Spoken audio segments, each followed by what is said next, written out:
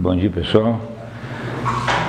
Vamos iniciar hoje a determinação do campo de velocidades. Nós estamos num estágio aí do curso que nós vimos todas as questões, eu repito, gosto sempre de fazer essa pequena repetição, vimos todas as questões de integração temporal, espacial, função de interpolação, transientes, real, distorcido, os diferentes ciclos iterativos, as não linearidades, quer dizer, a gente viu praticamente toda a parte essencial e fundamental dos procedimentos numéricos que a gente adota. Falamos muitas vezes, nas equações de Navier-Stokes, determinação dos campos de velocidade, mas até agora trabalhamos sempre supondo que a velocidade era conhecida. No nosso primeiro problema, que era apenas transiente, difusivo, então ali nós nos preocupamos com as integrações espaciais e temporais. Quando nós passamos para o problema das funções de interpolação, nós colocamos um problema advectivo difusivo. Aí já deixamos o tempo fora, porque não para que repetir todos os procedimentos que já havíamos visto no primeiro problema, que era transiente e difusivo. Então, nas funções de interpolação, trabalhamos com os termos advectivos e difusivos e vimos que o que tem de importante realmente, do ponto de vista de introduzir erros na nossa aproximação, é a função de interpolação que a gente usa. Como é que vamos tratar os termos advectivos, o nosso delta sobre delta x de ρ, φ, que é o termo advectivo, então que nós trabalhamos para mostrar que as funções de interpolação precisam ser cuidadosas para que a gente não introduza excessivo erro de difusão numérica ou oscilação numérica. Com isso, o que está faltando? É realmente resolver as equações de Navier-Stokes para determinar os campos de velocidade. Porque nesse problema advectivo difusivo, a gente fez todo o trabalho imaginando que o U era conhecido, Era del sobre delta x de ρ φ, que é igual a del sobre delta x de k de φ de x. Quer dizer, esse U que aparecia no termo advectivo, a gente considerou essa velocidade conhecida. Agora nós vamos determiná-la. Quer dizer, agora nós vamos entrar no ponto fundamental do ponto de vista da mecânica dos fluidos, que é como é que pressões e velocidades agora se acoplam e quais são as dificuldades que temos para resolver o campo de velocidades, a determinação do campo de velocidades, E isso é o que está no capítulo aí de vocês, no livro, que é a determinação do campo de velocidades. E esse é o título que nós vamos colocar aqui, Determinação do campo de velocidades.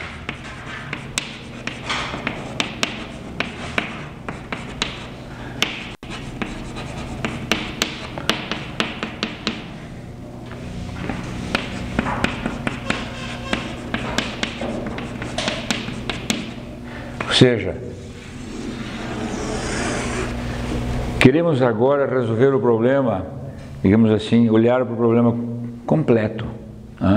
Olhamos eles por partes, integrações, interpolação, agora vamos olhar o problema completo. Como é que nós vamos determinar U, V e W, que envolve, obviamente, a temperatura, que envolve, obviamente, energia cinética turbulenta, etc., e espécies que possam estar presentes nesse problema. E aí eu gostaria de primeiro mostrar para vocês o problema geral.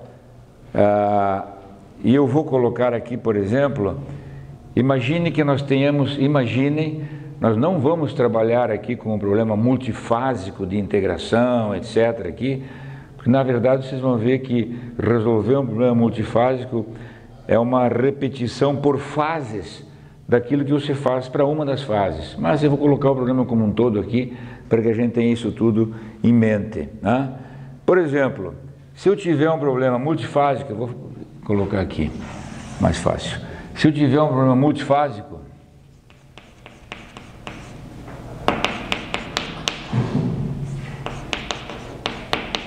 se eu tenho um problema multifásico, eu vou dizer assim, eu vou dizer que eu tenho uma fase 1. Fase 1. Podemos exemplificar aqui como um escoamento, por exemplo, escoamento de líquido com bolhas de ar. Escoamento multifásico, né? Líquido com bolhas de ar. Podemos ter mais do que uma fase, né? Eu sempre cito o petróleo, né? Que nós temos o óleo, que é uma fase, a água, que é outra fase, e o gás, que é uma terceira fase. Eu vou exemplificar apenas duas aqui para a gente apenas ver o problema como um todo. Quando você vai resolver um problema, por exemplo, água e gás ou líquido com bolhas de ar, eu vou ter o líquido com uma certa velocidade e as bolhas de ar, né, ou qualquer gás, com uma outra velocidade. Então, para a fase 1, que eu posso aqui pensar em qualquer uma das duas, ou a líquida ou a gasosa, nós vamos ter que resolver, e eu vou só exemplificar aqui, né? Navier-Stokes em X, vamos ter que resolver Navier-Stokes em Y, vamos ter que resolver Navier-Stokes em Z, nós já sabemos essas equações, né? Nós vamos ter que resolver conservação da energia,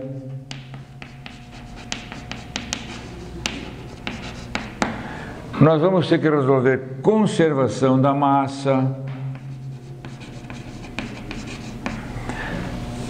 Se for turbulento, tem muitos modelos de turbulência que vocês podem usar. Eu vou exemplificar aqui o K-epsilon, apenas por simplicidade. Vocês têm que resolver, por exemplo, para o K, para o epsilon, aqui podia ser um K-ômega, podia ser qualquer tipo de modelo, né? Preciso resolver a equação de estado,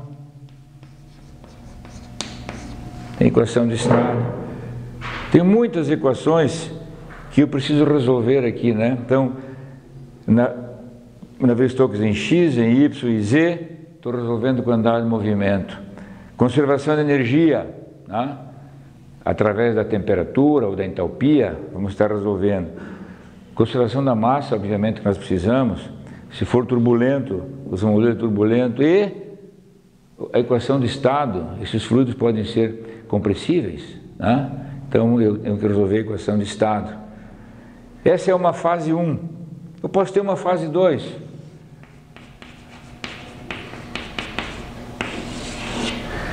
E é claro que eu não vou escrever tudo isso aqui de novo, é tudo igual. Lá na fase 2, também preciso resolver Navier-Stokes em X, em Y, em Z, energia, massa, K, epsilon. Tenho que resolver todas as mesmas equações, todas as mesmas. Porque a velocidade, a equação Navier-Stokes em X para a fase 1 pode ser diferente lá, e a velocidade vai ser diferente para a fase 2. Então eu tenho um problema que eu tenho que resolver tudo isso aqui, também tenho que resolver todas essas, e existem entre as fases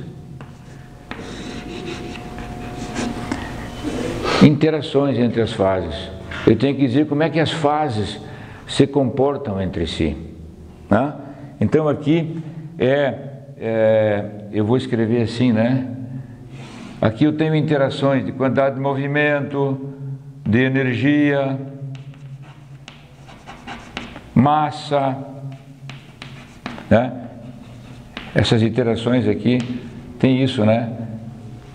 As fases podem trocar massa, elas trocam quantidade de movimento, trocam calor, né?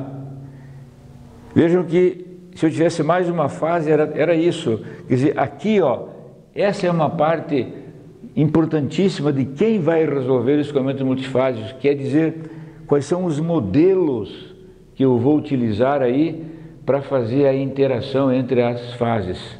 Que tipos de modelos? E eu já cheguei a comentar, se eu não me engano, uma oportunidade, é o seguinte: se eu tiver nesse nosso problema que está sendo aqui utilizado como representativo, líquido, água, com bolhas de ar, se eu tiver pequeninas bolhas bastante dispersas nesse líquido, essas fases podem estar as duas com a mesma velocidade. São hipóteses que você tem que fazer depois para criar o teu modelo final para você resolver. Existem modelos que você resolve uma fase, eu resolvo as velocidades de uma fase e relaciono as velocidades da outra fase através de outros modelinhos, que são chamados Drift Flux Models. Quer dizer, mas essa é a fotografia geral do problema que, em geral, as pessoas têm na engenharia. Um problema multifásico com uma, duas ou três fases, onde ele vai ter que olhar a física do problema e criar seus modelos. Quer dizer, nessas interfaces aqui, né, estão os modelos que você vai utilizar. Você vai dizer, não, as fases são as mesmas, ou não são, as temperaturas são as mesmas das fases, ou não. Enfim, você vai ter que criar o teu modelo. O método numérico tem que resolver isso aqui tudo. Ele tem que integrar essas equações, nós já aprendemos a fazer isso, integrar essas equações, chegar nos sistemas lineares de cada uma dessas equações e resolver, né? Resolver essas equações. E aí a pergunta é, como resolver essas equações? De forma simultânea ou de forma segregada, passando de equação por equação, ou juntando todas as equações numa única equação, numa única matriz maior, onde eu estaria resolvendo todas as variáveis simultaneamente, né? Dá para vocês começar a ver aqui que o problema é complexo, né, do ponto de vista de sistemas lineares, né?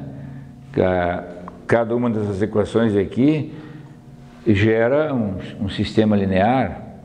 Se eu tentar colocá-las todas juntas, vai dar um belo de um sistema linear simultâneo, né, onde eu resolveria todas as variáveis simultaneamente. Então, esse é o problema geral. Esse é o problema que o engenheiro vai enfrentar. Claro que se ele tiver uma fase só, ele tem isso aqui para resolver. Mas o que eu estou tentando mostrar é que as outras fases é a mesma coisa. As mesmas técnicas, as mesmas metodologias numéricas são aplicadas para as outras equações que estão lá da outra fase. E o muito importante aqui, na verdade, são esses modelos aqui, que é para deixar o problema tratável, né? Se o problema for muito complexo, você poder resolver, deixar o problema tratável. Mas no final das contas, você vai chegar em algumas equações que você vai ter que aplicar um método de volumes finitos, integrá-las, etc., e fazer os procedimentos iterativos de solução, resolver os sistemas lineares, assim por diante, coisas que nós já vimos. Então, a perguntinha que nós podíamos nos fazer é, eu vou fazer essa pergunta, né? Como resolver estas equações? Como resolver? Vamos botar assim. E a resposta vem de duas formas. Ela pode ser simultânea, a solução simultânea, ou uma solução segregada. Solução simultânea ou segregada. Tá? Como resolver isso que está aqui? Eu poderia de cara, hoje aqui, nesse momento, ter já esquecido da fase 2, pensado só na fase 1, pegar as equações que nos interessam aqui e mostrar que a gente tem interesse. Eu só quis colocar isso numa fotografia geral de engenharia, né, do problema.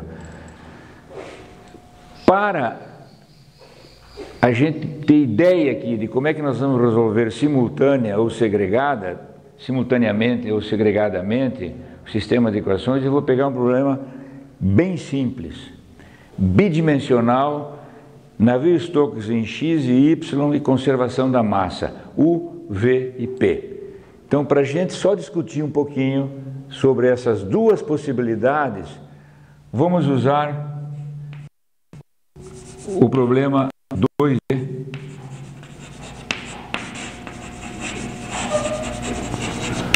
2D com as variáveis U, V e P.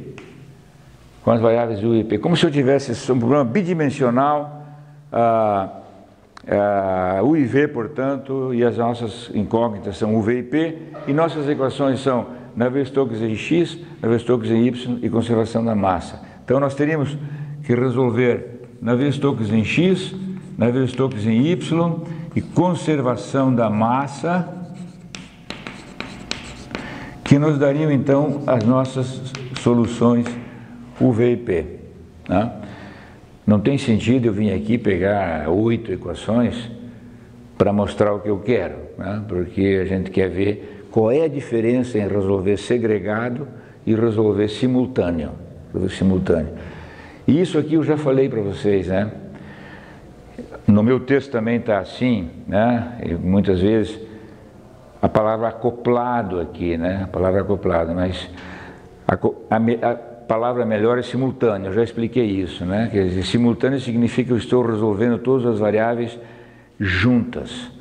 Quando eu faço uma iteração, eu tenho uma U, uma V e uma P, as velocidades.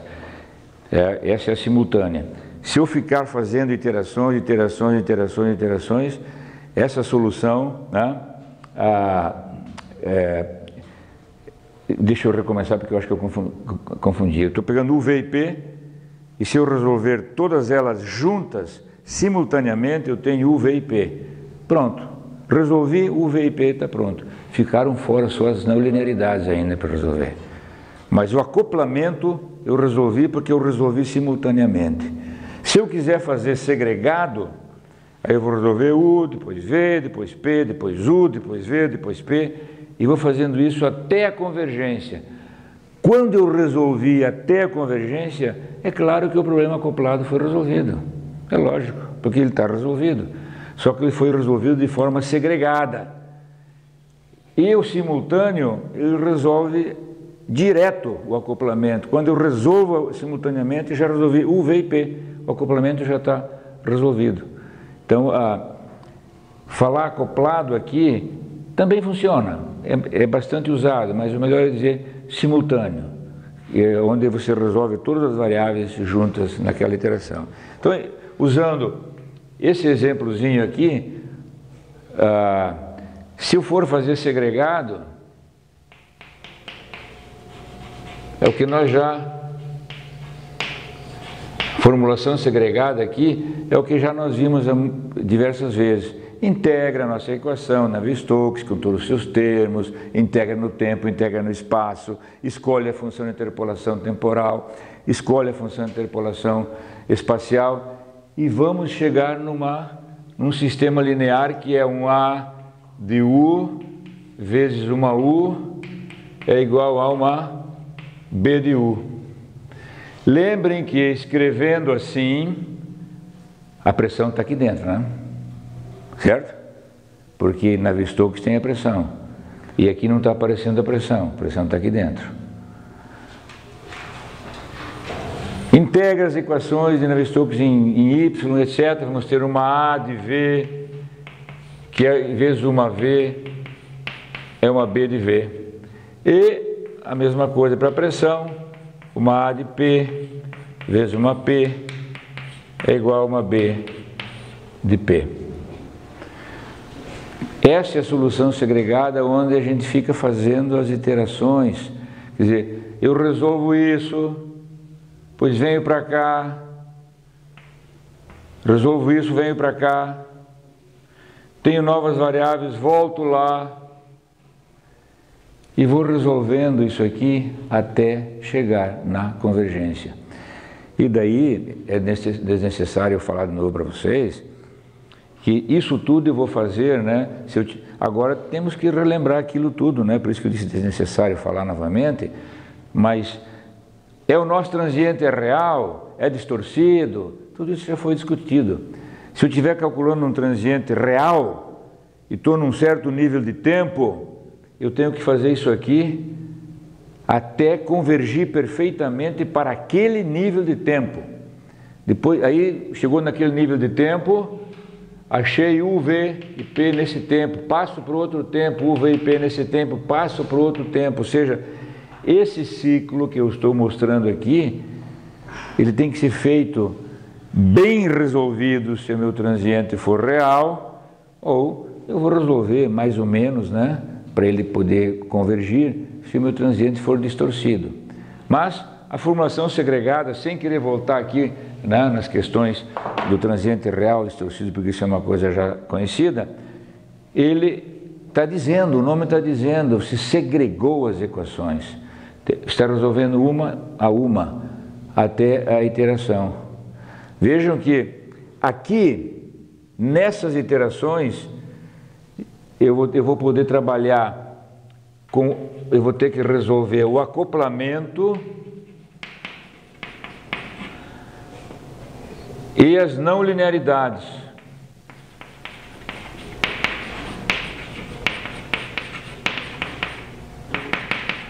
O acoplamento que vou chamar assim, ó, pressão, velocidade.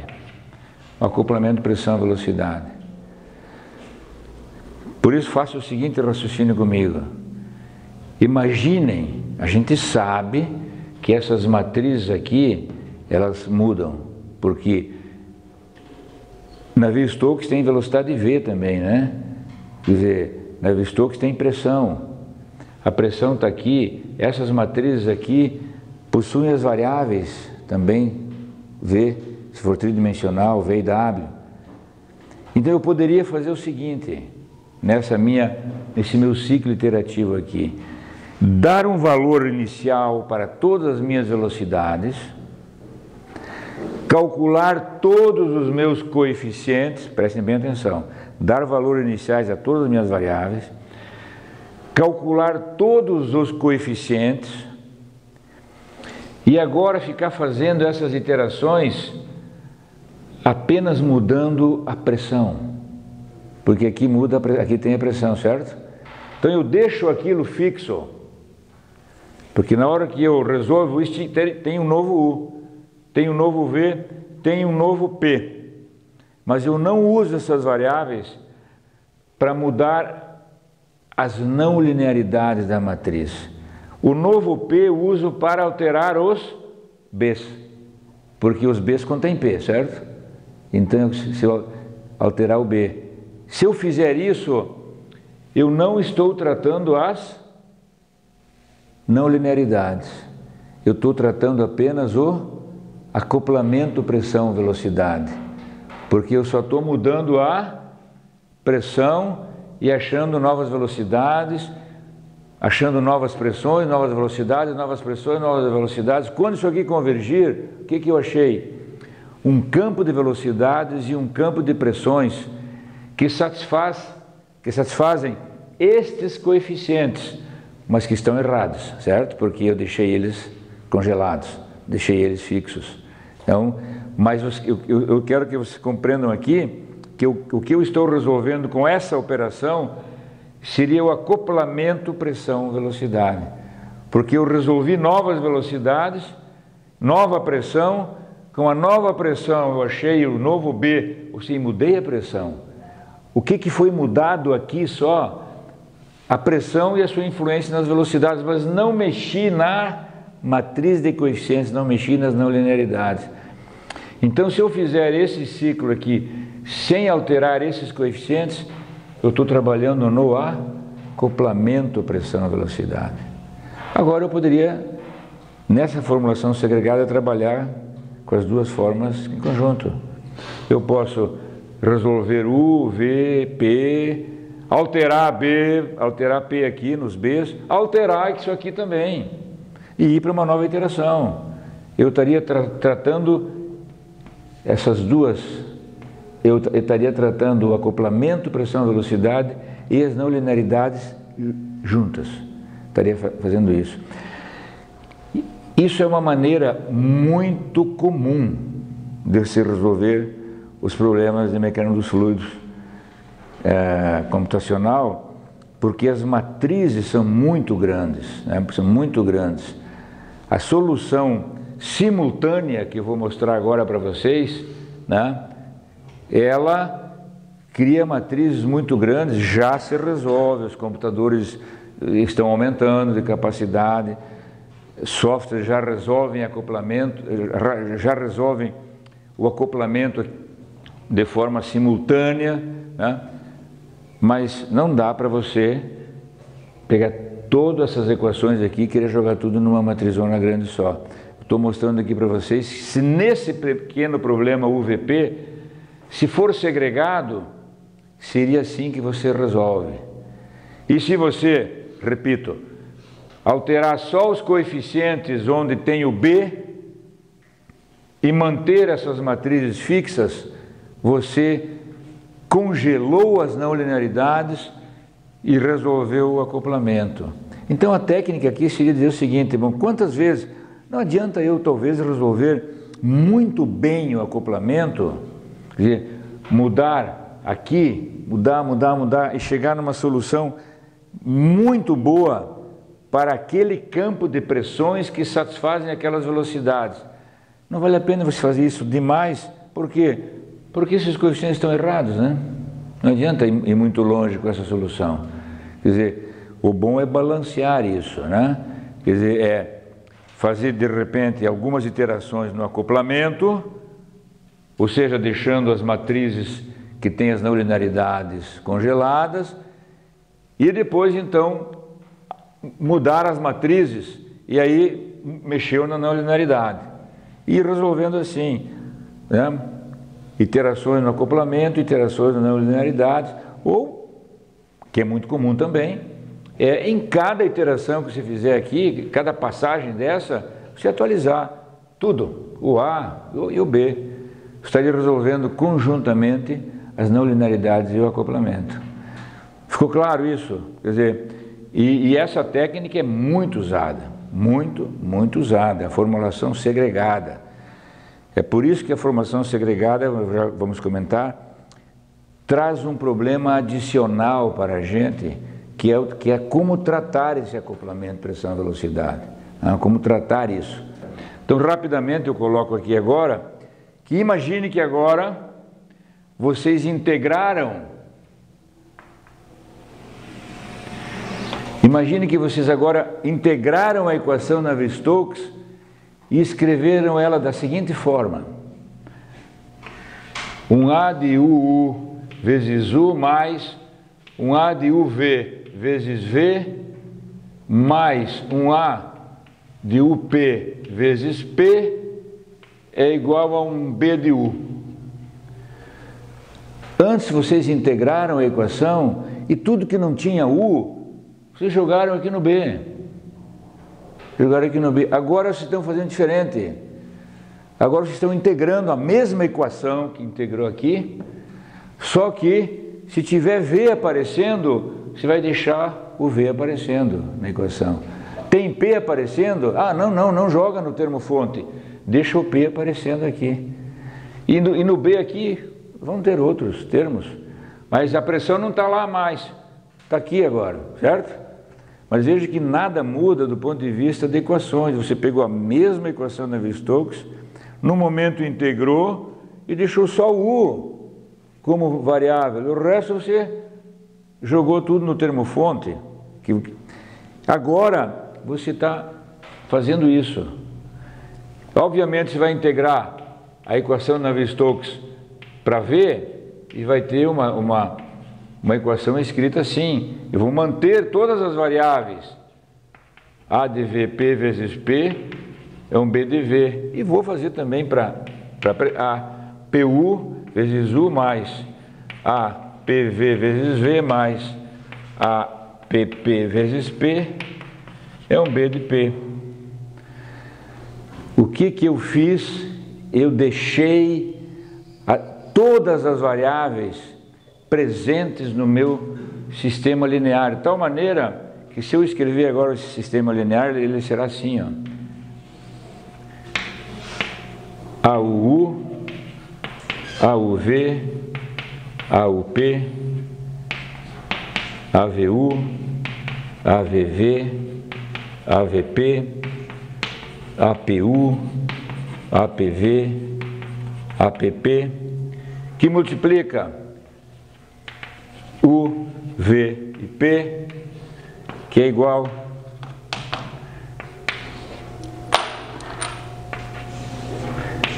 a B de U, B de V e B de P. Esse agora é o meu sistema linear a ser resolvido. Eu não preciso resolver 3 iterativamente, segregadamente. Eu resolvo 1 simultaneamente. Esse é solução simultânea. Quando eu resolver isso aqui, já sai U, já sai V, já sai P. Desapareceu a história do acoplamento. Nessa solução aqui, ainda está presente as não linearidades. Porque essa matriz aqui ainda vai envolver variáveis. Então eu preciso ainda trabalhar com as não linearidades. Então vejam que quando eu segrego as equações, eu fico com um acoplamento pressão-velocidade a ser resolvido. Eu tenho que ter algum algoritmo, nós vamos ver isso. Quando eu resolvo, faltou o título aqui, né? Simultânea, solução simultânea. Quando eu faço a solução simultânea, esse é o meu sistema. Esse é o meu sistema. E daí, o acoplamento já está resolvido porque eu juntei, eu acoplei as variáveis, as equações. Mas, repito, essa matriz aqui, ela é uma matriz ainda que possui variáveis do problema e é não linear, e eu tenho que trabalhar com as não linearidades. Portanto, eu vou resolver esse sistema diversas vezes só por causa das não linearidades, mas não por causa do acoplamento. Aqui eu tenho que resolver diversas vezes, e tanto a não linearidade quanto o acoplamento, eles estão ali presentes, que a iteração acaba resolvendo os dois, né? O acoplamento e a não linearidade. Isso é apenas para vocês terem uma ideia inicial aqui de o que é que se faz na mecânica dos fluidos computacional. A grande maioria de softwares, etc., até muito recentemente, era aqui. Só que eu peguei 3 equações aqui, né? Mas aí teria mais uma aqui. Uma AP para T, uma O para o K da energia cinética turbulência, uma outra para o epsilon, uma outra. Você teria um monte de matrizes dessas, todas para resolver, e aí você vai criar o teu algoritmo que você quiser para resolver. Vou resolver o acoplamento, pressão, velocidade primeiro, depois eu vou para as outras. São coisas que se faz porque a questão tricky, né? Complicada na mecânica dos fluidos computacional é o acoplamento pressão, velocidade. Porque ele poderia ser traduzido assim: nesse problema que está aqui, né? Vejam que eu tenho Navier-Stokes em X, Navier-Stokes em Y e a conservação da massa. A pressão não está na equação da conservação da massa, né? Não aparece. Não tem pressão lá. Inclusive na hora de resolver aqui, ó, isso aqui, ó, por exemplo, essa é Navier-Stokes em X, essa é Navier-Stokes em Y, e essa aqui é a equação da conservação da massa, que tem que ser uma equação para pressão. Mas a pressão nem aparece na equação da conservação da massa. Pois isso aqui precisa de um tratamento. Para chegar nisso aqui, é preciso de um certo tratamento das equações para que a pressão possa aparecer na equação da conservação da massa. Então, o tratamento do acoplamento pressão-velocidade é uma coisa importantíssima, especialmente na formulação segregada, porque na formulação segregada, vejam, vocês têm Navier-Stokes em X, e normalmente você vai usar essa equação para tirar U, né? É o que está aqui. Depois você vai ter uma equação Navier-Stokes em Y, que você vai usar essa equação para tirar V. E vai chegar nessa aqui, que é massa, para tirar P, mas P não está ali. Nem tem P, como é que se faz para tirar P? Quer dizer, são os métodos para tratar o acoplamento pressão-velocidade que nos vão mostrar como fazer com que a equação da conservação da massa contenha a variável pressão para que isso aqui possa ser resolvido. Porque esse raciocínio último nosso, essa nossa conclusão última aqui está muito clara. Tá? Eu tenho uma equação que é de Navier-Stokes, que evolui U, que calcula U, tenho uma que evolui V, e o que sobrou? Sobrou a conservação da massa. E o que sobrou ainda que eu não evoluí? Eu já evoluí U, V, agora eu tenho que crescer com P, avançar P. Com quem? Com a equação da conservação da massa. Mas não tem P na equação da conservação da massa. É aí que estão os métodos para tratar o acoplamento, pressão, velocidade. Quer dizer, esse é o detalhe que nós vamos começar agora. Como fazer com que exista essa equação, que você possa ter essa equação para calcular P, já que Navier-Stokes está aqui em X, Navier-Stokes está aqui em Y, e aqui está a conservação da massa, que não tem P. E tenho em mente, na formulação segregada, eu sempre preciso ter uma equação que é a equação evolutiva de uma das variáveis. Quando eu resolvo simultaneamente, eu não digo que a equação Navier-Stokes é a equação de U, ou que a equação Navier-Stokes em Y é a equação de V. As três equações são, as donas das três equações são as três variáveis. Essa aqui é Navier-Stokes em X, mas aparece U, aparece V, aparece P. Isso é Navier-Stokes em Y, mas aqui aparece U, aparece V, aparece P. Isso aqui é massa, mas aqui aparece U, aparece V, aparece P. Ou seja, eu não estou dizendo, quando eu faço simultaneamente, eu não estou dizendo que uma determinada variável evolui com uma determinada equação. As três variáveis evoluem com as três equações. Essa é a questão da solução simultânea. Logicamente, vocês vão de novo questionar, quer dizer, olha, mas como? Se essa equação para a conservação da massa, na conservação da massa não tem P, na conservação da massa tem U, então tem APU vezes U, perfeito, mais APU vezes U, mais APV vezes V, APV vezes V, mais APP vezes P. Esse APP aqui é zero, porque não tem P na equação da conservação da massa. Esse APP aqui é zero. Então existem maneiras, métodos para fazer com que a pressão apareça também na equação da conservação da massa, para criar esse sistema de solução simultânea.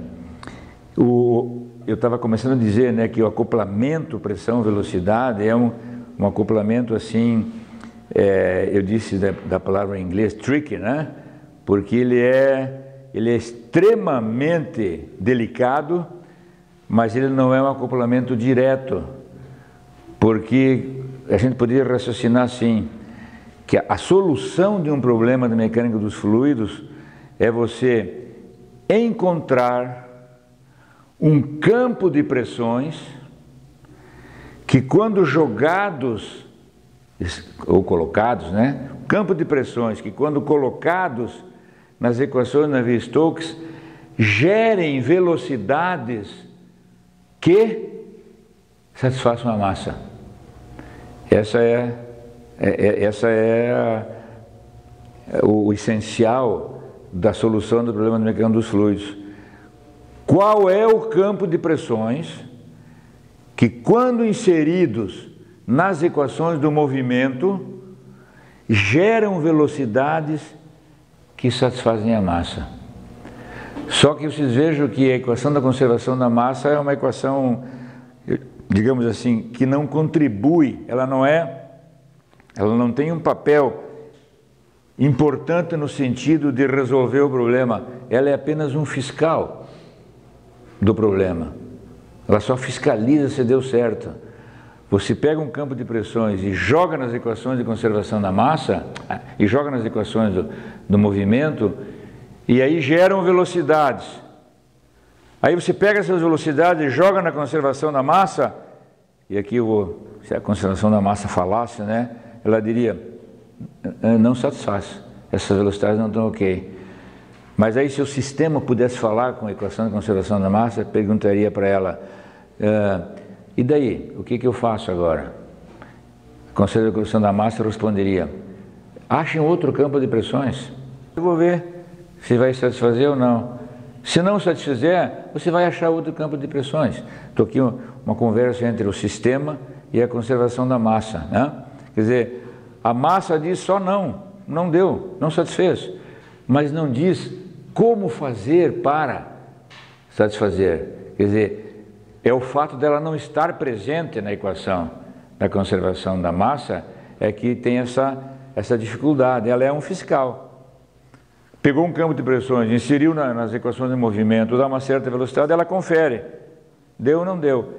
Então, os métodos de tratar o acoplamento de pressão e velocidade são os métodos que fazem esse algoritmo para as coisas poderem funcionarem. Você insere um campo de pressões nas equações de movimento, das equações de movimento saem velocidades, você joga as velocidades na equação de conservação da massa e dá um erro de conservação da massa, não conserva a massa, dá um erro. Você tem que trabalhar com esse erro. Quanto que está errado? E esse erro tem que ser usado para quê? Para alterar o campo de pressões que você vai recomeçar, o teu ciclo iterativo, né? Vai alterar o campo de pressões, então tem que ter um algoritmo que você deu um campo de pressões que estava errado, jogou nas equações de conservação da quantidade de movimento, vai dar velocidades que estão erradas, vai jogar na equação da conservação da massa, que vai estar errado, vai dar um erro, você vai usar esse erro. Os algoritmos usam esse erro para melhorar o campo de pressões que foi estimado. Esses algoritmos que fazem isso são os métodos para tratar o acoplamento pressão-velocidade. E é isso que nós vamos começar a ver, né? Logo depois de um outro item inicial. Vejam que esse algoritmo ele é só necessário aqui na formulação segregada.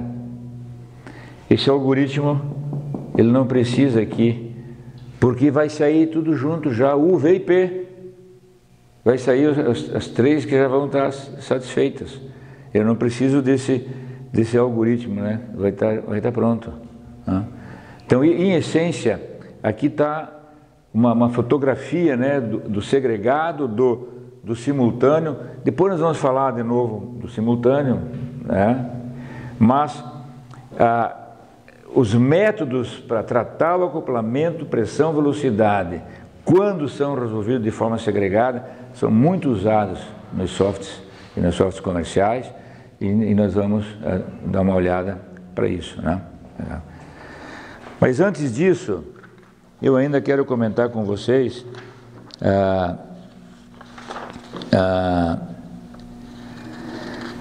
os arranjos, né? Os arranjos que nós podemos ter das variáveis na malha. Ficou claro isso aqui para vocês? Está claro isso? essa visão é muito importante, né? A visão do simultâneo, do segregado, do tratamento da não linearidade, do acoplamento e dessa particularidade importantíssima do acoplamento pressão-velocidade e da pressão não estar lá presente na equação de conservação da massa, exigindo então esses métodos, esses algoritmos, que são os métodos para tratar o acoplamento pressão-velocidade, que é o objetivo aqui principal do capítulo 6. Mas eu queria comentar com vocês também, antes, né, sobre o arranjo das velocidades na malha, das velocidades e pressões, né?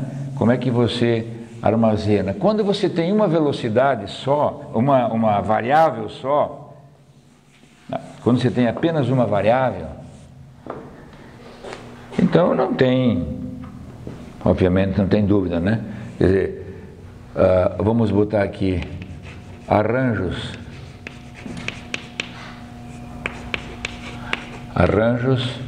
das variáveis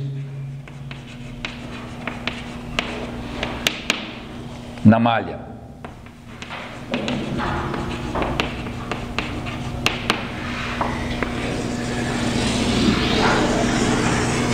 E logicamente lá antes de 1970, o que se fazia é sempre o arranjo chamado colocalizado.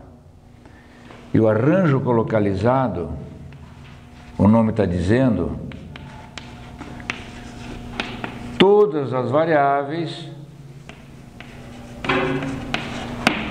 o arranjo colocalizado, todas as variáveis estão localizadas no mesmo ponto.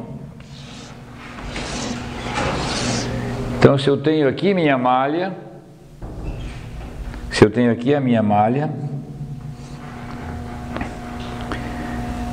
se aqui, vou aqui já imaginar um cell center, né?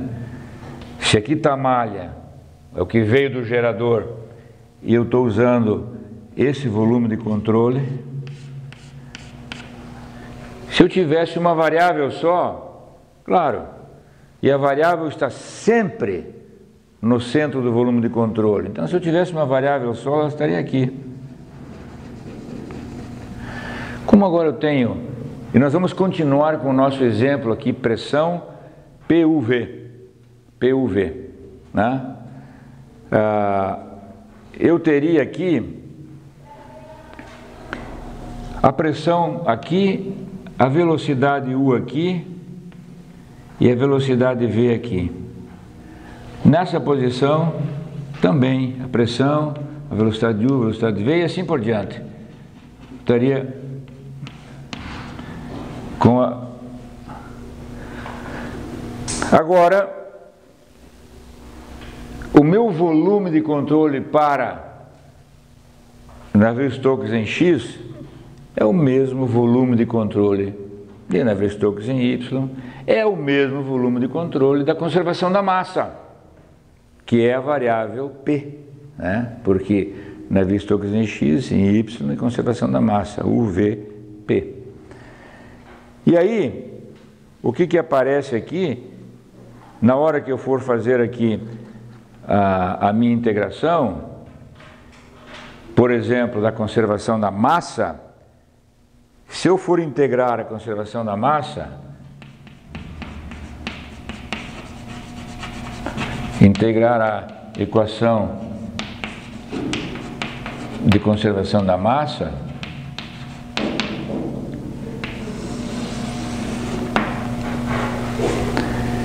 eu vou... Esse é o volume de controle para conservação da massa. Vou deixar o branquinho aqui para conservação da massa. Mas, como é que fica a integração dessa equação? Vamos imaginar aqui, sem o tempo, né? Del sobre delta x de ρu mais del sobre delta y de ρv. Então eu tenho, integrando, né? Integrar a equação da conservação da massa, né? Isso aqui é em x e y, né? Em x e y eu teria como resultado ρuv em E menos ρuv em W. Estou integrando del sobre delta x de ρu, certo? Desculpe.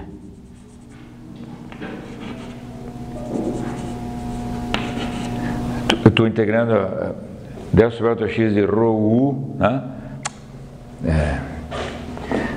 Estou pensando na equação do movimento aqui. Integro ρu em E delta y menos ρu em W delta y mais ρv em norte delta x menos ρv em sul delta x igual a 0. Tá? Podemos escrever a equação aqui, né? Delta sobre delta x de ρu mais delta sobre delta y de ρv igual a 0. Integro esse termo, ρu em E, tá? Vezes delta y menos ρu em W, ρv norte, ρv sul. O que eu quero, né, mostrar para vocês aqui, né, é que eu preciso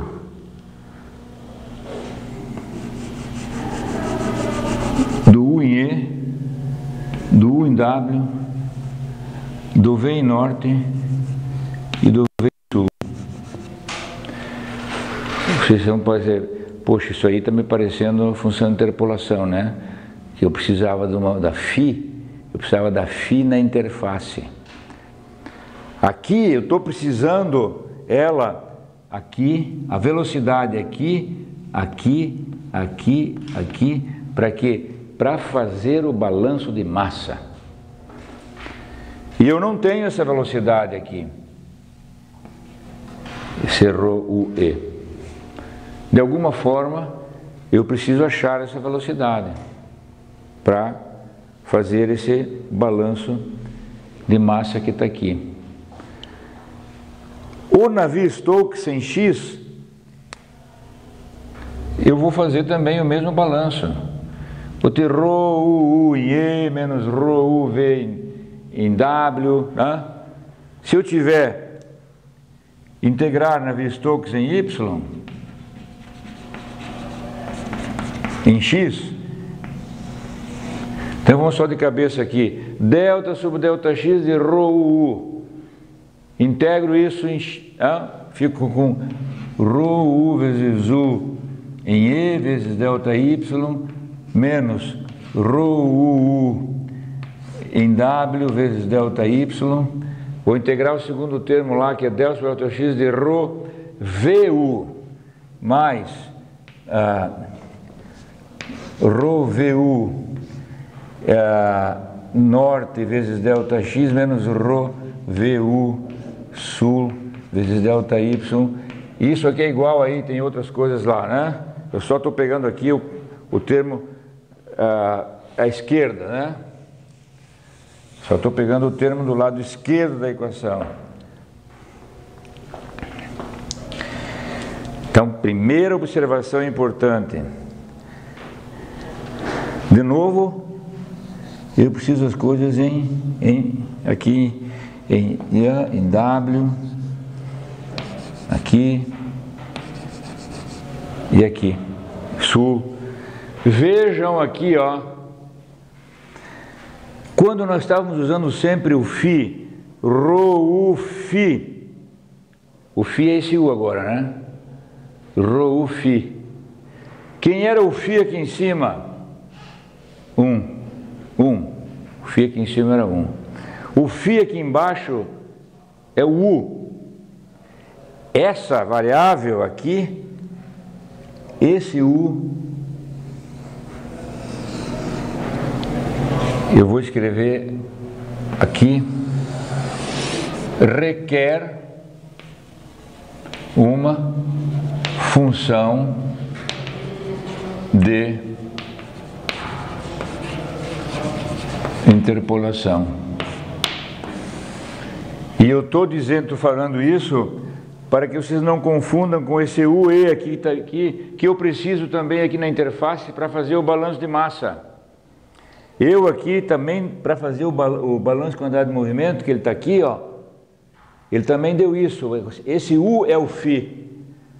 Esse U é aquele U, que não tem função de interpolação aqui, nessa equação.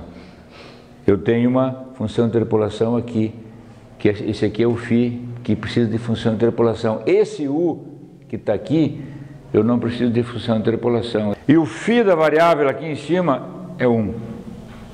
É 1, né? Porque a conservação da massa, o φ é 1. O φ é 1. Mas vejam,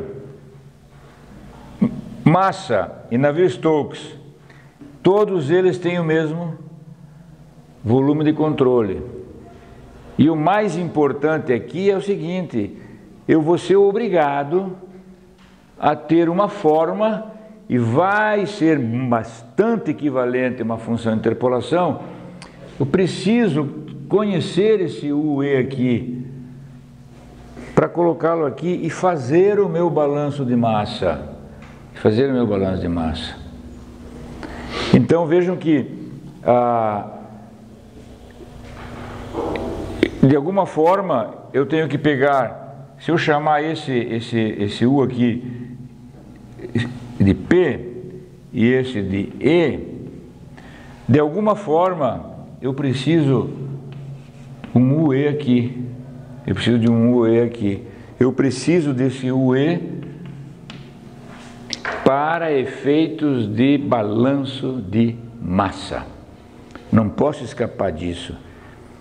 E aí está um problema importantíssimo aqui na mecânica dos fluidos aqui computacional, que é como achar esse UE, que daí a gente aplica aqueles conceitos que nós falamos sobre as funções de interpolação.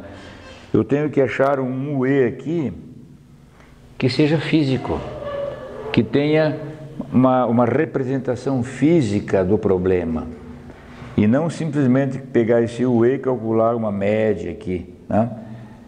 Então, o que o arranjo colocalizado tem de dificuldades?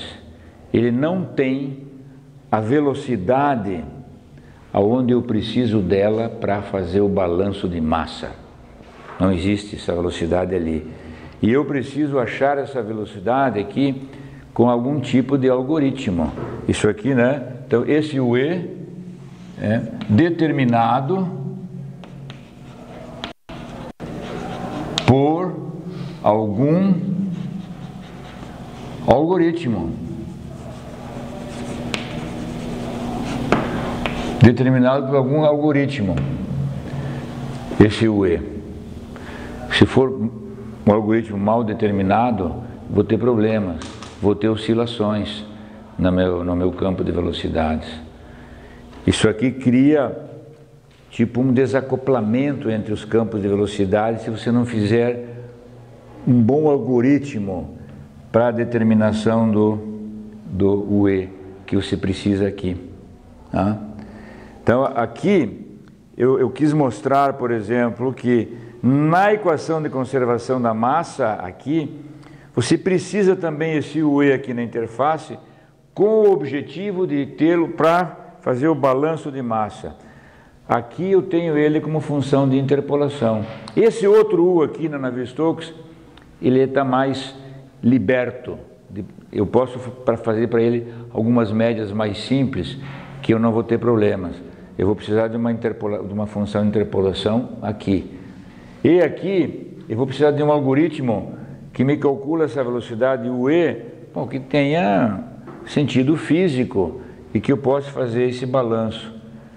Agora, o fato de você não ter esse UE aqui criou problemas de instabilidades, de oscilações nas soluções, até que veio a solução para isso, que foi o arranjo desencontrado. O arranjo desencontrado. A solução que eliminou todos os problemas,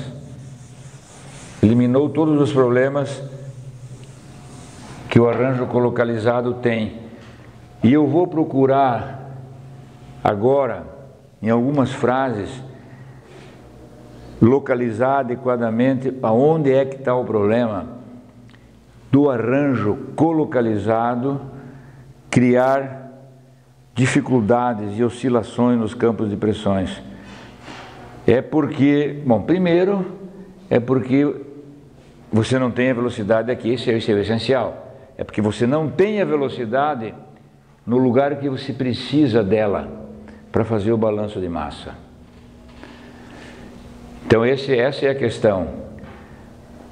Mas vejam o que resulta. Se eu for usar algum algoritmo para determinar o E aqui, e esse o E com esse algoritmo vai entrar aqui e vai me dar uma equação, quem é que satisfaz a massa nesse nosso problema? É esse o E, determinado com aquele algoritmo. E qual é a velocidade que satisfaz quantidade de movimento? É essa que está armazenada aqui, né? Porque o balanço de quantidade de movimento é feito aqui, ó. Também. Os arranjos são colocalizados. Então o balanço de quantidade de movimento é aqui. O balanço de massa também é aqui. Então quando eu faço um balanço de quantidade de movimento, a velocidade que fica satisfazendo quantidade de movimento é essa.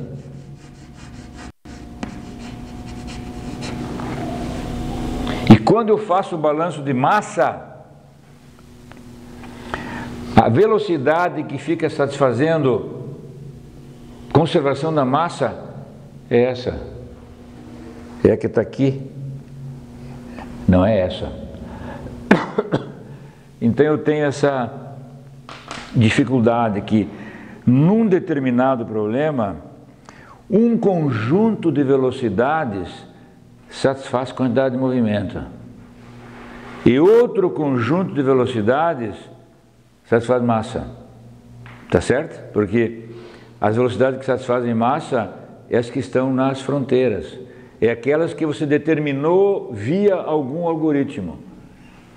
E a velocidade que satisfaz quantidade de movimento é a tua incógnita do teu sistema linear. Outra questão a ser bem lembrada. Essa velocidade que está aqui, ela não é incógnita do nosso sistema linear, certo? Onde é que está a incógnita do nosso sistema linear? Está aqui, é aqui que ela está. A velocidade está aqui e não ali.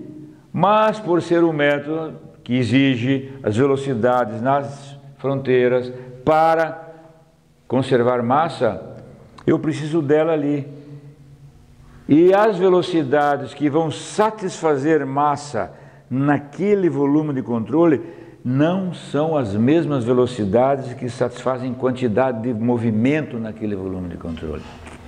Essa é a questão chave. Eu não tenho o mesmo, eu tenho então dois conjuntos de velocidades. Se o meu problema tivesse, sei lá, 100 incógnitas, eu teria algumas velocidades, 100 velocidades que satisfazem quantidade de movimento e outras 100 velocidades que satisfazem massa. Daí qual é o segredo? O segredo é saber conectar essas 100 com essas 100, né? Conectar bem as que satisfazem quantidade de movimento, conectar bem com aquelas que satisfazem massa. É o tal do algoritmo. Quanto mais bem feito esse algoritmo, melhor. Ou seja, levando em conta a física que tem ali no problema. Esse é um detalhe que eu estou insistindo, é a coisa mais importante que tem para a gente entender por que ficam campos desacoplados e criando oscilações. É porque eu não tenho o mesmo conjunto de velocidades satisfazendo ao mesmo tempo massa e quantidade de movimento. O arranjo desencontrado faz isso. E aí eliminou todos os problemas de oscilações. O arranjo desencontrado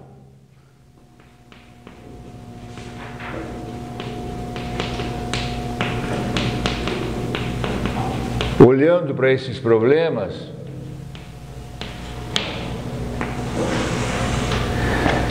e esse é um pessoal lá de Los Alamos, laboratório lá em 68, 67, Harlow e Welsh, que é o seguinte: bom, você precisa da velocidade na interface do volume de controle, então coloca lá a tua incógnita. Coloca a tua incógnita onde você precisa. Coloca a tua velocidade lá na fronteira do volume de controle, onde você precisa para fazer balanço de massa. E daí o arranjo desencontrado fica assim.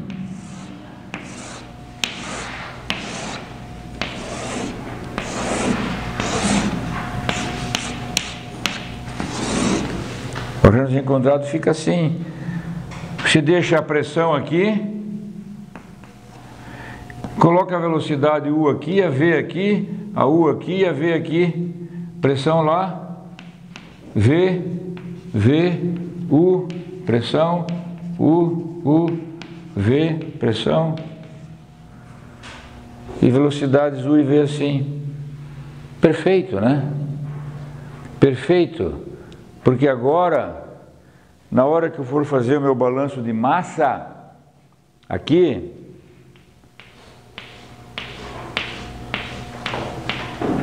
o meu balanço de massa é sempre no volume de controle onde a pressão está no centro, porque ela é, a conservação da massa é a equação para a pressão, né? Que Navier-Stokes em X para U, Y para V, pressão, massa. Na hora que eu fizer isso aqui, o que vai entrar na minha integração, na minha equação? Vai entrar a mesma coisa lá, só que agora, na hora que eu fizer ρUE, eu tenho. É a minha incógnita, é a minha própria incógnita. Então agora, isso aqui eliminou todos os problemas de acoplamento, pressão, velocidade, porque eu tenho na minha, né, ρU E vezes delta Y menos ρU em W vezes delta Y mais ρV norte vezes delta X menos ρV sul vezes delta X é igual a zero. Agora, tudo isso aqui eu conheço, isso aqui eu tenho. É a minha própria variável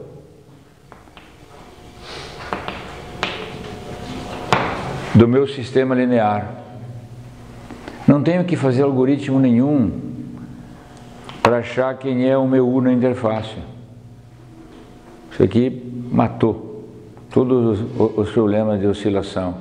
O arranjo desencontrado, que do inglês, né, ele é chamado, né, bastante conhecido, o staggered. A gente chama de staggered grid. Desencontrado. Claro que aqui compliquei um pouquinho o assunto, né? Porque agora, onde está o volume de controle para a velocidade U? Deixa eu pegar um giz colorido aqui, se tiver um amarelinho aqui. Aonde está o volume de controle para a velocidade U? Está aqui, ó, agora.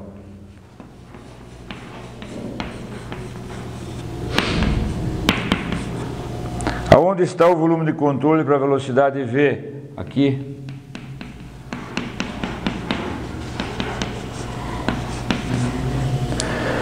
Claro, desencontrei as variáveis e eu desencontrei os volumes de controle também, é claro. Quando era colocalizado, todos os volumes de controle estão juntos. Se eu desencontrei as variáveis, eu desencontrei os volumes de controle também. Porque agora, essa é a minha incógnita U, essa é a minha incógnita V do meu sistema linear, o meu A de U vezes U, etc. Essa velocidade, a hora que eu fizer um balanço para ela aqui, essa velocidade está satisfazendo a quantidade de conservação da quantidade de movimento. E essa mesma velocidade está entrando na conservação da massa. Então o mesmo conjunto de velocidades que satisfaz massa, agora satisfaz também quantidade de movimento. Então o fato de as velocidades que satisfaziam massa aqui não serem as mesmas que satisfazem quantidade de movimento, está aí o problema. Quer dizer, você precisa ter um algoritmo bem bom que conecte muito bem esses dois campos de velocidade para que isso não fique desacoplado e não dê oscilação. Lá você não precisa mais disso, porque o campo de velocidade que satisfaz massa é o mesmo que satisfaz quantidade de movimento.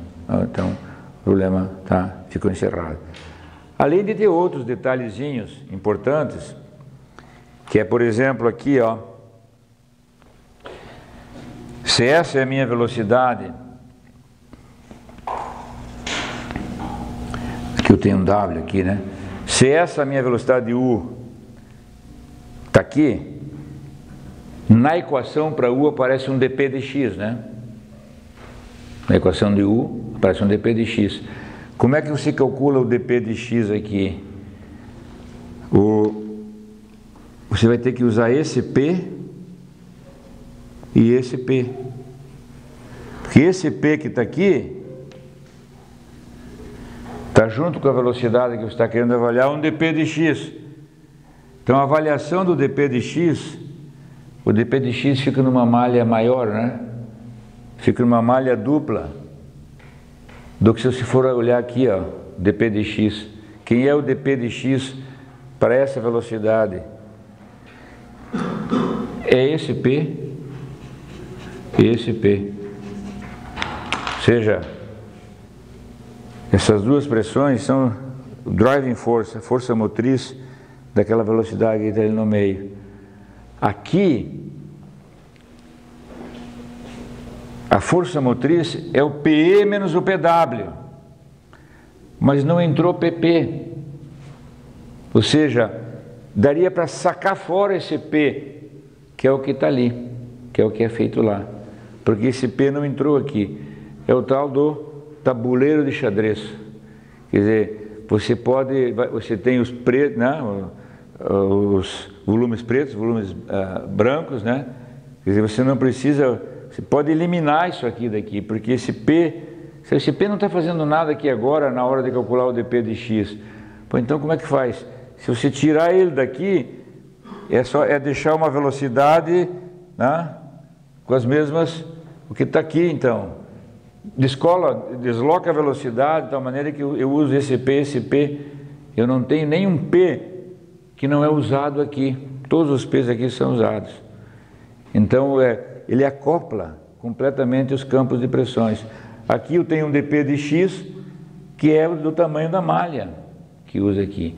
Lá eu tenho um dp de x onde um P desapareceu. Eu posso dizer, ele não interessa esse P. Para calcular esse dp de x para essa equação de quantidade de movimento, ele não interessa. Então vira o arranjo desencontrado, que realmente é uma solução excelente. O problema do arranjo desencontrado, qual é? É que ele começa a complicar, né? Quando você tem três dimensões aqui, você tem um volume de controle para pressão, um outro para U, um outro para V e um outro para W. Você tem 4, né, volumes de controle, todos distintos. Quando eu tenho um volume de controle só, todas as variáveis elas precisam de M ponto na interface. M ponto na interface. Então eu preciso de um M ponto na interface aqui. Tem que dar um jeito de calcular direito isso, mas assim que eu tiver esse M ponto é a mesma vazão que entra em qualquer volume, né? Porque os volumes de controle são todos os mesmos. Então é muito menos contas, é muito menos armazenamento, é muito menos programação. Porque se eu tiver 3D, eu tenho 6 vazões. E se todas as variáveis fossem no mesmo volume de controle, tenho 6 vazões que entram nesse volume de controle, eu balanço para todos eles. Aqui, você vai ter 6, eu tenho aqui 24 fluxos, né, diferentes para calcular. Porque eu tenho 4 volumes de controle diferentes aqui, nesse caso, 3D, cada um deles tem 6. 6 vezes 4 é 24. Eu tenho 4 fluxos para calcular, 24 fluxos para calcular. Quando eu tenho o mesmo volume de controle, então é só 6. Então as coisas começaram a complicar. Então essa veio a solução. Essa foi a solução lá de 1970, por aí, que permaneceu por longo tempo, mas na hora de começar a complicar as malhas,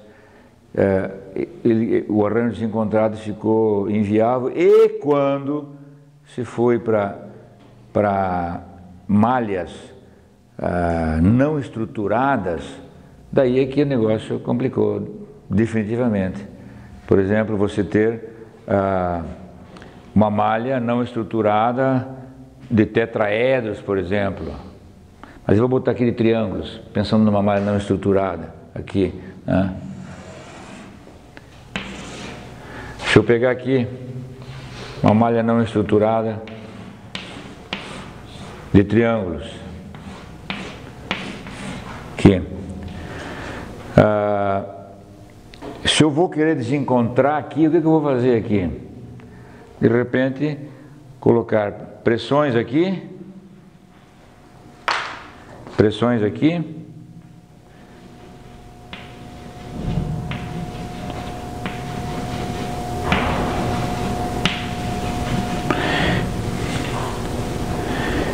e velocidades aqui.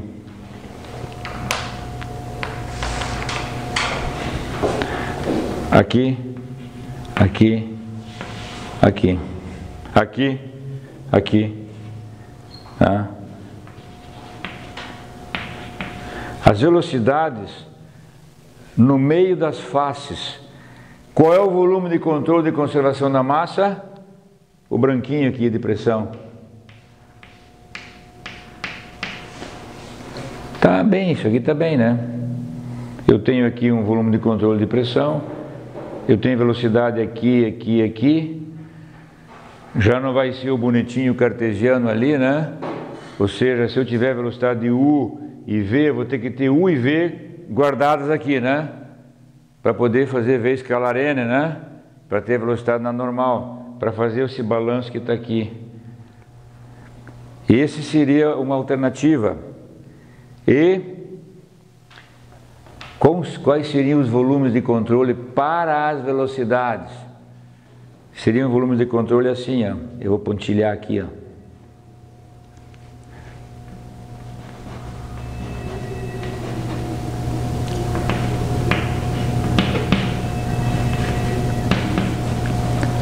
Esses volumes de controle para velocidade.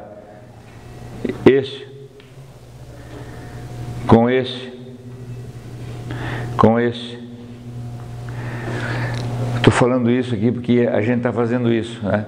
A gente já fez esse arranjo desencontrado para malha não estruturada 2D. Quer dizer, estamos pensando como que computacionalmente você poderia fazer isso sem muita dificuldade, com malhas generalizadas, não estruturadas 3D. Quer dizer, voltar ao arranjo desencontrado para malhas não estruturadas, que é completamente abandonado, né? Que eu estava dizendo do histórico, em 70, trabalhando-se muito mais com malhas cartesianas, com aquele arranjo colocalizado que tinha oscilações de pressão, aí pá, veio isso aqui que resolveu os problemas, mas depois isso aqui começou complicado, do ponto de vista 3D, aí foi para malhas não estruturadas, complica mais ainda, meio que ficou esquecido. Agora tem alguns estudos e algumas pesquisas que vão no sentido de talvez recuperar isso, porque o arranjo desencontrado ele termina com as oscilações, ele realmente dá uma estabilidade muito grande para a solução do problema. E nós particularmente estamos estudando isso porque os mesmos problemas que tem em mecânica dos fluidos em termos de oscilação de pressões, os mesmos problemas existem em compactação de solos, em poroelasticidade. Quando você tem o escoamento no meio poroso, e portanto você tem uma pressão desse escoamento, e ao mesmo tempo você tem uma carga nesse meio poroso que pode compactar o meio poroso. De tal maneira que se você tirar o fluido, diminuir a pressão, o suporte, né, a estrutura da matriz, a mecânica da rocha, acaba podendo não suportar todo o peso e ela pode colapsar, né, pode amassar, pode compactar. E aí você tem a mudança do meio poroso, tem a mudança de pressão, e lá também tem oscilações do campo de pressões com os deslocamentos. Lá é o deslocamento. E é idêntico. O acoplamento pressão-velocidade na mecânica dos fluidos que eu estou mostrando aqui para vocês, que pelo fato de não ter a velocidade na face das oscilações, na poroelasticidade, que eu acabei de falar, também dá oscilações. E se você fizer isso, tratar os deslocamentos do meio poroso como se fossem velocidades, e são, né? Porque quando está deslocando o meio poroso, é uma velocidade, né? A velocidade do solo, é uma velocidade também. Tem o mesmo comportamento, o acoplamento pressão-velocidade em Navier-Stokes tem o mesmo comportamento de pressão-deslocamento na poroelasticidade, que não é Navier-Stokes, é Darcy no meio poroso, mas tem a compactação do solo que tem uma velocidadezinha e que tem o mesmo problema. Então a gente está estudando isso aqui. Quer dizer, para 2D, isso funciona excelente, né? Sem oscilação, sem nada. O desafio é computacionalmente jogar isso aqui para 3D e não ficar um negócio intratável, né? Quer dizer, tem que ter uma certa possibilidade de você tratar com tempos de computação consideráveis, etc, né? Mas isso aqui é possível. Quer dizer, é o não estruturar, é o staggered grid para a malha não estruturada, onde o volume de controle para a pressão é aquele que veio lá do gerador de malha, por exemplo, esse triângulo, e o volume de controle para os deslocamentos ou velocidades, tanto faz, se estiver usando Navier-Stokes ou poroelasticidade, é esse volume de controle que está aqui, no qual você vai fazer o balanço de quantidade de movimentos, se for Navier-Stokes, e também a quantidade de movimento em poroelasticidade, que é o balanço de forças, né? A mesma coisa, né? Quantidade de movimento também, né? Mas dá para fazer, é uma extensão disso para cá, que isso aqui, né, foi esquecido, né? Tem poucos trabalhos atuais em função dos deslocamentos dos volumes de controle, né? Os volumes de controle não são os mesmos. Então hoje em dia a praxe é malha não estruturada colocalizada. Tudo, né? O que é hoje em dia é assim, né? Quer dizer, se eu quiser pegar aqui um cell center, seria tudo aqui, pressão, velocidades, tudo aqui, e esse é o volume de controle, né? E aí trabalhar procurando as coisas na interface, com algoritmos adequados, etc, para estabilizar, né? Porque vocês podem ficar em mente, se for colocalizado tudo, vai dar instabilidade. E a instabilidade é resolvida com os algoritmos. Então aí é um preço a pagar. Se você tiver um bom algoritmo, vale a pena fazer tudo colocalizado, porque você vai dar uma boa estrutura e robustez ao teu método numérico, né? Mas se não for adequado o algoritmo, daí você vai ter problema, né? Mas a tendência é essa, né? A tendência não, a prática é essa, né? Mas já você pensa também um pouquinho nisso aqui. Nós estamos pensando nisso aqui não pensando em Navier-Stokes, mas pensando nisso aqui na poroelasticidade, para ver se as coisas realmente estão bem. Então, esses são os arranjos desencontrado, colocalizado e desencontrado, e repito, o colocalizado traz a dificuldade de não existir as velocidades nas interfaces, então se precisa de um algoritmo bom para conectar. Lembro novamente que o conjunto de velocidades que satisfaz massa não é o mesmo conjunto de velocidades que satisfaz quantidade de movimento, e aí está o detalhe, porque esses dois conjuntos precisam ser bem conectados. Aí vem o arranjo desencontrado, né, que ficou por um bom tempo, aí depois vieram as malhas não estruturadas e tudo voltou a ser novamente colocalizado, né? E é o que é hoje em toda a maioria, todos os softwares comerciais que trabalham com malha não estruturada. Eu esqueci de um detalhe, mas que eu vou colocar aqui. Tanto faz, podia ser antes disso ou depois disso, no livro está antes disso, né? O livro, inclusive, não tem algumas coisas que eu já coloquei, que eu iniciei aí, né? Mas o essencial está ali. Que é a chamada formulação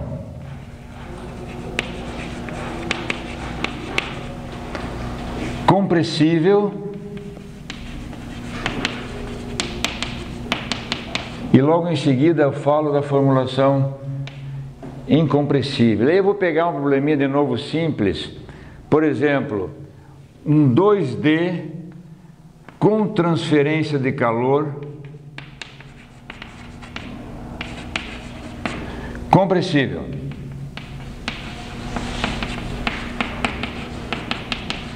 Aí vamos ver as equações que nós temos aqui. Temos Navier-Stokes em X, temos Navier-Stokes em Y, temos conservação da energia, temos conservação da massa e temos equação de estado.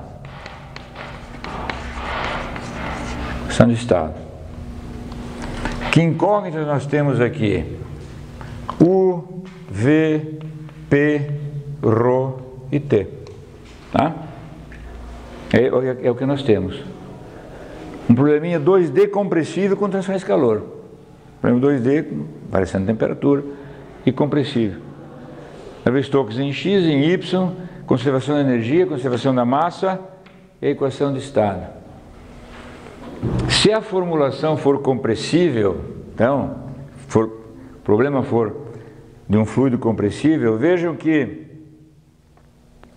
cada equação, e eu estiver resolvendo de forma segregada, então nós estamos preocupados agora de ver os métodos segregados, e eu for resolver isso com os métodos segregados, o que eu faço?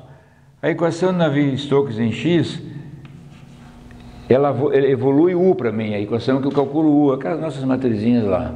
Só que agora, para falar isso, eu adicionei mais duas equações aqui. A Navier-Stokes em Y, ela me permite achar V. A conservação da energia, eu vou ter um A de T vezes T igual a um B de T. A conservação da massa, ela vai achar Rho para mim, porque ela está bem presente na conservação da massa, né?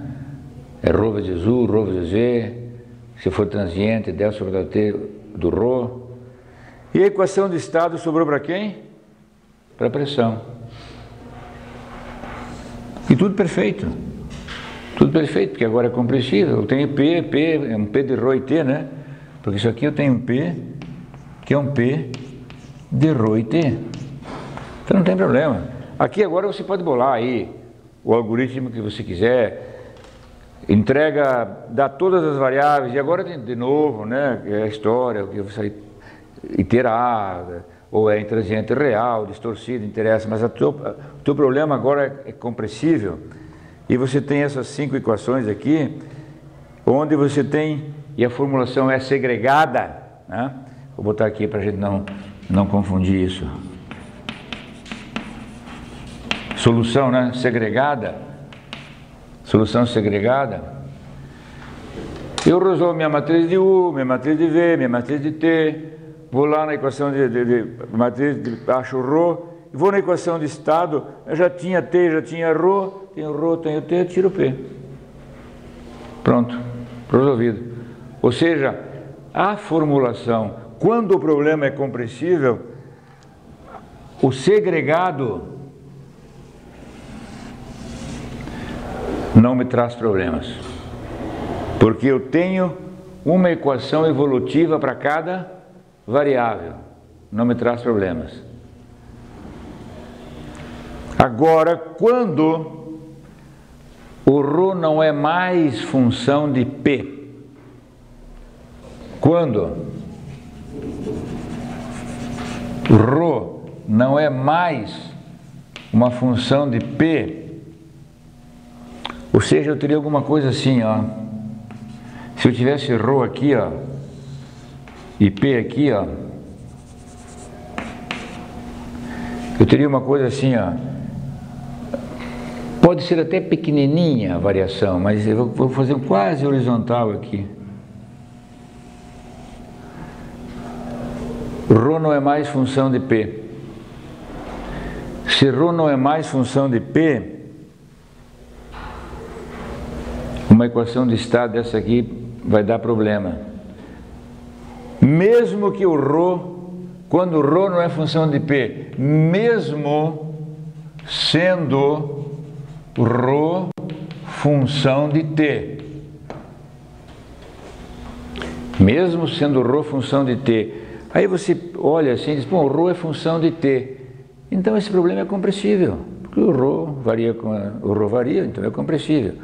Mas numericamente não vai mais dar para tratar como compressível, por causa que o ρ é só a função da temperatura, é como se estivesse tratando com água.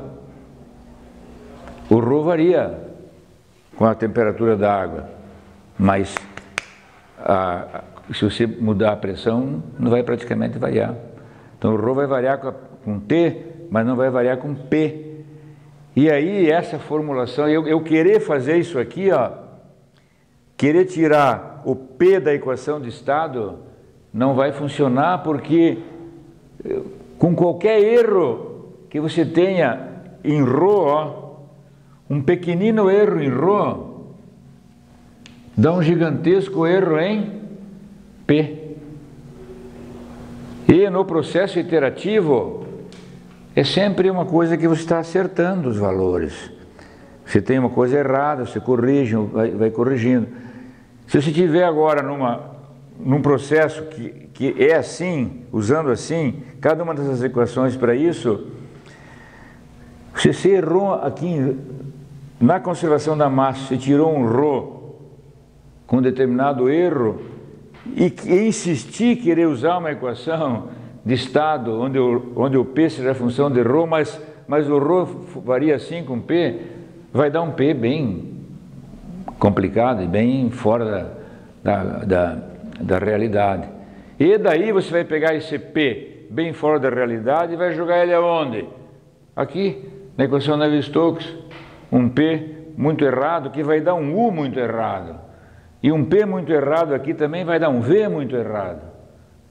E o problema é isso, não vai convergir.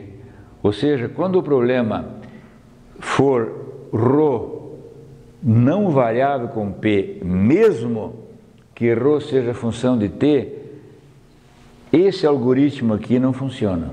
Esse algoritmo aqui não funciona. Porque o ρ deixa de ser uma variável nesse caso. O ρ passa a ser uma propriedade. Você vai na tabela, tem uma temperatura, tira um ρ. E ele deixa de ser. Então, nesse caso, como é que ficaria aqui as equações? Nesse caso, vamos fazer aqui para não apagar lá. O Navier-Stokes em X, eu tiro U.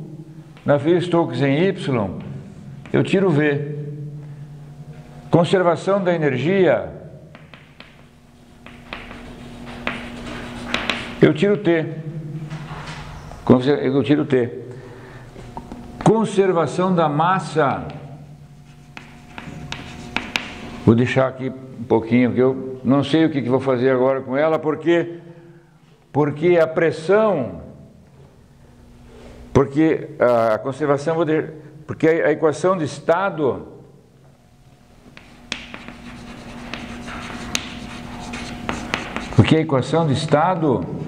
eu vou tirar ρ,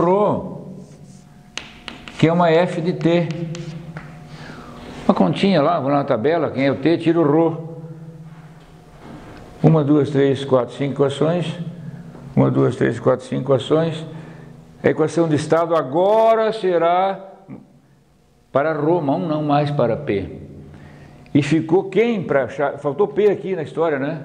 O P não está aqui, ó. Aqui tem U, tem V, tem T, tem ρ, mas não tem P. Ou seja, a conservação da massa terá que ser para P.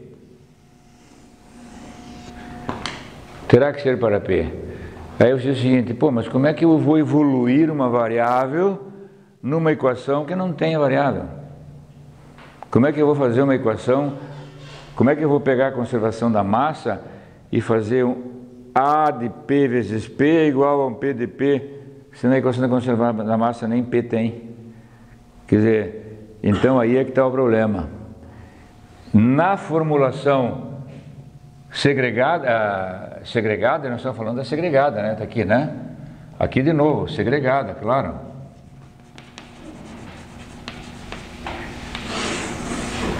Então, na formulação segregada, que tem isso, ó, e como o ρ só funciona só a função de t, é como se fosse incompressível. Numericamente, nós vamos falar assim que a coisa é incompressível quando o ρ não varia com p. É incompressível. Se ρ variar com t, é uma propriedade física que nós temos que trabalhar. Então, se o ρ for só função de t e você for usar a formulação segregada, a gente cai nesse impasse aqui, ó, que a conservação da massa sobrou para P. P ficou como a conservação da massa, mas a conservação da massa não está ali, né? Que é o que eu falei, é o trick aí do acoplamento pressão-velocidade. E aqui então, para resolver isso, entram os métodos para tratamento do acoplamento pressão-velocidade, que é o nosso próximo item, né? E que, deixa eu ver se eu estou aqui dentro dos conformes. Isso. Formulação segregada. Com ρ só função de t ou ρ constante, interessa, tanto faz. ρ constante também funciona, mesma coisa, né? Sendo ρ função de t ou constante, ou ρ igual a constante, e for segregada, aparece esse problema. E esse problema é tratado com os métodos para tratar o acoplamento de pressão e velocidade, que eu não vou começar hoje, né? Vamos começar sexta-feira para sair do zerinho. Acho que hoje a gente fechou direitinho o tema que tínhamos. Alguma dúvida, pessoal? Tivemos uma aula assim muito importante hoje para ver formação segregada, formação simultânea, né? O porquê das oscilações, os arranjos colocalizados, encontrados, etc. E até chegar na formulação segregada compressível, que não tem problema, não nos traz problema, e terminando aqui com a formulação segregada quando o ρ é só função de t ou ρ é uma constante, que não dá para aplicar aquilo lá, né? Mesmo que o ρ seja a função de t, e que então aparece esse detalhe. Sobrou para, como é segregado, eu preciso de uma equação evolutiva para cada variável. E eu vou evoluir com a conservação da massa, mas eu preciso do P. Então, os métodos para tratar o acoplamento de pressão e velocidade nada mais são do que pegar a equação da conservação da massa e transformar essa equação de conservação da massa numa equação para pressão. Acabou-se. É isso que são os métodos para tratar o acoplamento de pressão e velocidade. Valeu, pessoal. Obrigado aí por hoje.